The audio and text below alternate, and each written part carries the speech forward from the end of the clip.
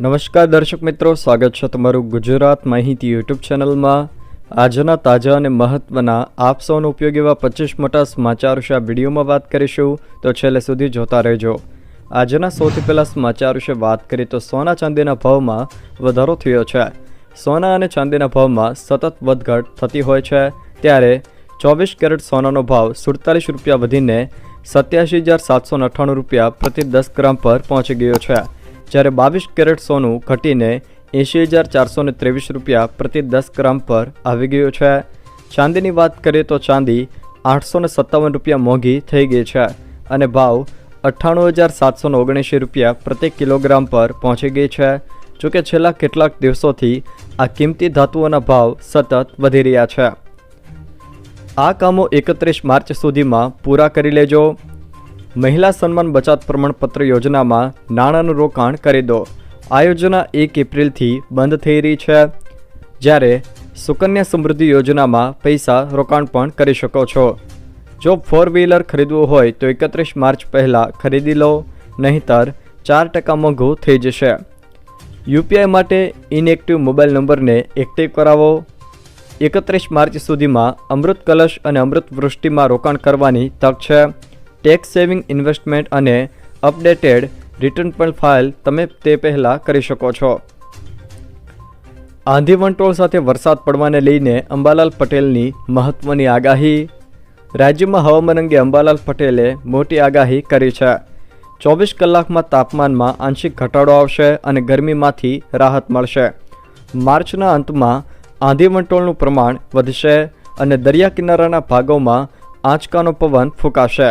જોકે એપ્રિલમાં બંગાળની ખાડીમાં ખતરનાક વાવાઝોડા બનશે તેવું પણ અંબાલાલ પટેલે જણાવ્યું છે। ધોરણ 6 અને 9ના વિદ્યાર્થીઓ માટે મહત્વના સમાચાર।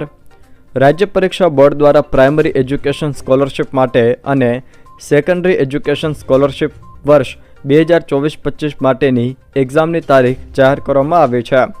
આગામી 26 એપ્રિલના રોજ પ્રાઇમરી અને સેકન્ડરી એજ્યુકેશન સ્કોલરશિપ એક્ઝામ લેવાશે। શહેરી, ગ્રામ્ય અને ટ્રાઇબલ વિસ્તાર માટે લાભાર્થી વિદ્યાર્થીઓની પસંદગી માટે આ પરીક્ષાનું આયોજન કરવામાં આવ્યું છે। જોકે આગામી 28 માર્ચથી 6 એપ્રિલ દરમિયાન ઓનલાઈન ફોર્મ ભરી શકાશે, જે માટે પરીક્ષા ફી 100 રૂપિયા નક્કી કરવામાં આવી છે। હવે અન્ય બેંકના એટીએમમાંથી 3થી વધુ વાર પૈસા ઉપાડવા મોંઘા પડશે। પ્રત્યેક ટ્રાન્ઝેક્શન ₹2નો વધારો। રિઝર્વ બેંક ઓફ ઇન્ડિયાએ એટીએમ ઇન્ટરચેન્જ ફીમાં વધારો કરવા મંજૂરી આપી છે। હવે એટીએમમાંથી પૈસા ઉપાડવા મોંઘા પડશે। નવા નિયમો હેઠળ ગ્રાહકો તેમની બેંક સિવાય અન્ય બેંકના એટીએમમાંથી 3થી વધુ વાર પૈસા ઉપાડશે તો દરેક ટ્રાન્ઝેક્શન પર ₹19નો ચાર્જ લાગશે। અત્યાર સુધી આ ચાર્જ ₹17 હતો, જેમાં ₹2નો વધારો ઝીકવામાં આવ્યો છે। આ ઉપરાંત અન્ય બેંકના એટીએમમાંથી બેલેન્સ ચેક કરવા બદલ લાગતો ચાર્જ પણ ₹6થી વધારીને ₹7 કરાયો છે। જોકે આ નિયમ 1 મે 2025થી લાગુ થશે। ધારાસભ્યોની ગ્રાન્ટ વધારવા માટે ગૃહમાં રજૂઆત કરાઈ। કોંગ્રેસના ધારાસભ્ય તુષાર ચૌધરીએ આ મુદ્દો ઉઠાવ્યો છે। ₹1.50 કરોડની ગ્રાન્ટ વધારીને ₹5 કરોડની કરવા માંગણી કરી છે। જોકે ગૃહમાં નાણામંત્રીએ પણ તેને લઈને જવાબ આપ્યો છે, જેમાં તેમણે જણાવ્યું છે કે ટૂંક સમયમાં ધારાસભ્યોની ગ્રાન્ટ વધારવા સંદર્ભે નિર્ણય લેવાશે। હડતાળ પર ઉતરેલા 1100 આરોગ્યકર્મીઓની નોકરી ગઈ। આરોગ્યકર્મીઓ પોતાની માંગણીઓ સાથે 10 દિવસથી સત્યાગ્રહ છાવણી ખાતે ધરણા પર ઉતર્યા છે। જોકે અત્યાર સુધીમાં 10,000થી વધુને નોટિસ આપવામાં આવી છે। ગુજરાતમાં આરોગ્યકર્મીઓ પડતર પ્રશ્નોને લઈને છેલ્લા 10 દિવસથી હડતાળ પર ઉતર્યા છે, ત્યારે આરોગ્ય કર્મચારીઓ સામે આકરા પગલાં લેવામાં આવ્યા છે। 4,000થી વધુ કર્મચારીઓ સામે ચાર્જશીટ તેમજ ખાતાકીય તપાસ પણ કરવામાં આવી છે। આરોગ્ય મંત્રી ઋષિકેશભાઈ પટેલે તો આરોગ્ય કર્મચારીઓની આ હડતાળને ગેરવ્યાજબી ગણાવી છે। જોકે હડતાળ ગેરવ્યાજબી હોય તો સરકારે આરોગ્યકર્મીઓ સાથે સંવાદ કરવો જોઈએ। આંદોલન કરવાના એમના લોકતાંત્રિક અધિકાર પર આ રીતે તરાપ ન મારવી જોઈએ। બહુચરાજી વિસ્તારના ખેડૂતો માટે રાહતના સમાચાર। ધારાસભ્યએ નર્મદા કેનાલમાં 30 એપ્રિલ સુધી પાણી શરૂ રાખવા મુખ્યમંત્રીને રજૂઆત કરી હતી, જોકે પાણી શરૂ રાખવા ધારાસભ્યએ રજૂઆત કરી હતી। ત્યારબાદ મુખ્યમંત્રી ભૂપેન્દ્રભાઈ પટેલ અને જળ સંપત્તિ પુરવઠા મંત્રી કુંવરજીભાઈ બાવળિયાને લેખિત રજૂઆત પણ કરી છે। તેમણે કેનાલમાં 30 એપ્રિલ સુધી પાણી શરૂ રાખવાની માંગણી કરી છે। જોકે આ નિર્ણયથી તે વિસ્તારના ખેડૂતોને મોટી રાહત મળશે। યુપીઆઈ અને એટીએમ દ્વારા પીએફના પૈસા ઉપડશે। ઈપીએફઓ સભ્યો ટૂંક સમયમાં યુપીઆઈ અને એટીએમ દ્વારા પીએફના પૈસા ઉપાડી શકશે। તેની મર્યાદા ₹1 લાખ સુધીની રહેશે। આ સુવિધા મે મહિનાના અંત અથવા તો જૂન મહિનાની શરૂઆતમાં શરૂ થઈ શકે છે। શ્રમ અને રોજગાર મંત્રાલયના સચિવ સુમિતા દાવરાએ જણાવ્યું હતું કે આ માટે કર્મચારીઓને ડેબિટ કાર્ડની જેમ ઈપીએફઓ ઉપાડ કાર્ડ પણ આપવામાં આવશે। આનાથી તેઓ તાત્કાલિક એટીએમમાંથી પૈસા ઉપાડી શકશે। 23 આરોગ્ય કેન્દ્રો પર આયુષ્યમાન કાર્ડની કામગીરી ઠપ। રાજકોટ મહાનગરપાલિકાના 23 આરોગ્ય કેન્દ્રો પરથી આયુષ્યમાન કાર્ડની કામગીરી ઠપ થઈ જતા લોકોને હાલાકી ભોગવવાનો વારો આવ્યો છે। આયુષ્યમાન કાર્ડ નીકળવાનું છેલ્લા 5 દિવસથી સદંતર ઠપ થઈ ગયું છે। મનપાના આરોગ્ય અધિકારી ડૉક્ટર જયેશ વાંકાણીએ ટેકનિકલ ખામી હોવાના લઈને માત્ર આવકના દાખલા પરથી નીકળતા આયુષ્યમાન કાર્ડની કામગીરી 3 દિવસથી બંધ હોવાનો બચાવ પણ કર્યો હતો। વિધાનસભા પહોંચે એ પહેલાં પીટી ટીચરોની ટીંગાટોળી। છેલ્લા ઘણા સમયથી રાજ્યના વ્યાયામ શિક્ષકો કાયમી ભરતીને લઈને ધરણા તેમજ વિરોધ પ્રદર્શન કરી રહ્યા છે। વ્યાયામ શિક્ષકો રામકથા મેદાનમાં વિરોધ પ્રદર્શન અર્થે એકઠા થયા હતા। જોકે આ દરમિયાન ગઈકાલે આંદોલનકારીઓ વિધાનસભા પહોંચે પહેલાં જ પોલીસે તેમની ટીંગાટોળી કરીને અટકાયત કરી હતી। પોલીસ સાથે ઉગ્ર ઘર્ષણ થતાં વ્યાયામ શિક્ષકોની અટક કરવામાં આવી હતી। માંડલ ટોલનાકા પર સ્થાનિકોનું આંદોલન। તાપી જિલ્લાના હજીરા ધોલિયા નેશનલ હાઈવે 53 પર આવેલા માંડલ ટોલનાકા પર સ્થાનિકોએ આંદોલન કર્યું હતું। સ્થાનિક રહીશોએ ટોલ ટેક્સમાંથી મુક્તિની માંગણી સાથે ટોલનાકાનો ઘેરાવો અને 2 કલાક સુધી ધરણા યોજ્યા હતા। તેમણે ચેતવણી આપી હતી કે જો માંગણી નહીં સ્વીકારાય તો નેશનલ હાઈવે પર ચક્કાજામ કરાશે। આંદોલનને કારણે નેશનલ હાઈવે પર 20 કિલોમીટર સુધી વાહનોની લાંબી કતાર પણ લાગી ગઈ હતી। ચોમાસાને લઈને સૌથી મોટા સમાચાર।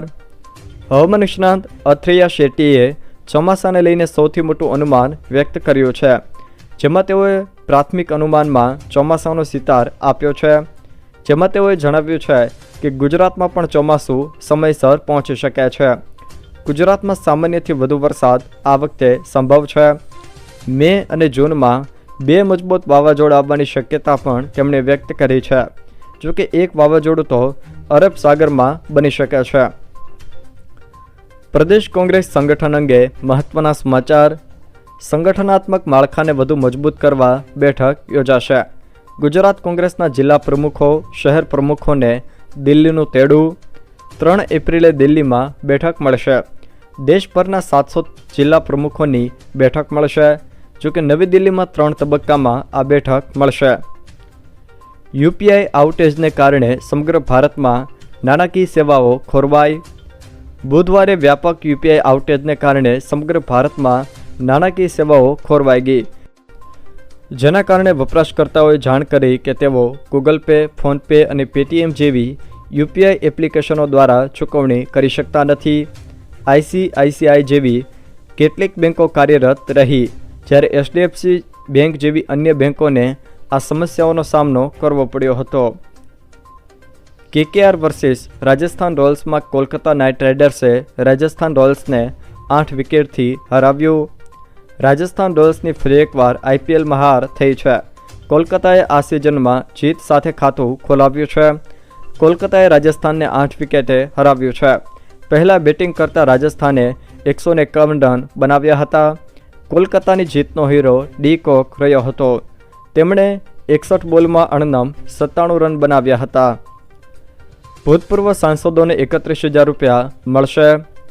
સરકારે સાંસદોના પગારમાં 24% વધારો કર્યો છે। વર્તમાન સાંસદોને હવે દર મહિને 1,24,000 રૂપિયા મળશે। પહેલાં તેમને 1 લાખ રૂપિયા મળતા હતા। આ વધારો ખર્ચ ફુગાવાના સૂચકાંકના આધારે કરવામાં આવ્યો છે। વધેલો પગાર 1 એપ્રિલ 2023થી અમલી થશે। દૈનિક ભથ્થું 2થી વધારીને ₹2500 કરવામાં આવ્યું છે. ભૂતપૂર્વ સાંસદોનું પેન્શન 25,000 રૂપિયા પ્રતિ માસથી વધારીને 31,000 પ્રતિ માસ કરવામાં આવ્યું છે. નહેરનું રિપેરિંગ કરવાનું હોય, ઉનાળામાં પાણી નહીં મળે. અરવલ્લી જિલ્લાની જીવાદોરી સમાન ગણાતા વાત્રક જળાશયની ડાબા કાંઠાની નહેરનું રિપેરિંગ કામ કરવાનું હોવાથી ખેડૂતોને પાણી મળવાની શક્યતા નહીવત છે. હવે શિયાળુ સિઝન પૂર્ણ થતાં સિંચાઈ વિભાગ દ્વારા ડાબા અને જમણા કાંઠાની નહેરમાં અંતિમ તબક્કામાં પાણી આપવામાં આવી રહ્યું છે. તાલુકાના 3,000 કરતાં વધુ ખેડૂતોની 25,000 હેક્ટર કરતાં વધુ જમીનમાં શિયાળુ સિઝન માટે પાણી આપવામાં આવ્યું હતું. 10 એપ્રિલ બાદ લગ્ન કરનારા માટે સારા સમાચાર. રાજકોટમાં 10 એપ્રિલ બાદ લગ્ન કરનારા માટે સારા સમાચાર છે. છેલ્લા 8 મહિનાથી બંધ રાજકોટ મહાનગરપાલિકાના તમામ 18 કોમ્યુનિટી હોલ ફરીથી શરૂ કરવામાં આવશે. મહાનગરપાલિકાના તમામ 18 કોમ્યુનિટી હોલ ફાયરના સાધનો ફિટ કરવાની કામગીરી માટે બંધ કરવામાં આવ્યા હતા. જોકે આ સમય પછી લગ્ન કરનારાઓને ખૂબ વ્યાજબી ભાવે મહાનગરપાલિકાના હોલ ભાડે મળશે, જેથી લગ્નના ખર્ચમાં મોટી રાહત મળશે. રાજ્યના આરોગ્ય વ્યવસ્થાઓને બજેટમાં 16.35% જેટલો વધારો. અમદાવાદમાં સિવિલ મેડિસિટીમાં ન્યુરોલોજિકલ સાયન્સ સ્વાયત્ત સંસ્થા સ્થપાશે. 3 જિલ્લામાં નવા કેન્સર રેડિયોથેરાપી સેન્ટર બનશે. ગાંધીનગર અને સુરતમાં કાર્ડિયોલોજી અને ન્યુરોલોજી સેવા અપાશે. હૃદયરોગ માટે UN મહેતા ઇન્સ્ટિટ્યૂટનો વિસ્તાર કરાશે. કાર્ડિયોલોજી અને ન્યુરોલોજી માટે મોટાભાગના જિલ્લાઓને આવરી લેવામાં આવશે. જો મિત્રો આ વિડીયો તમને પસંદ આવ્યો હોય તો વિડીયોને લાઇક કરો, તમારા મિત્રો સાથે શેર કરો અને જો તમે મારી ચેનલમાં નવા હો તો ચેનલને સબસ્ક્રાઈબ જરૂર કરજો, જેથી મારા આવનારા તમામ વિડીયોની માહિતી તમારા સુધી પહોંચી શકે.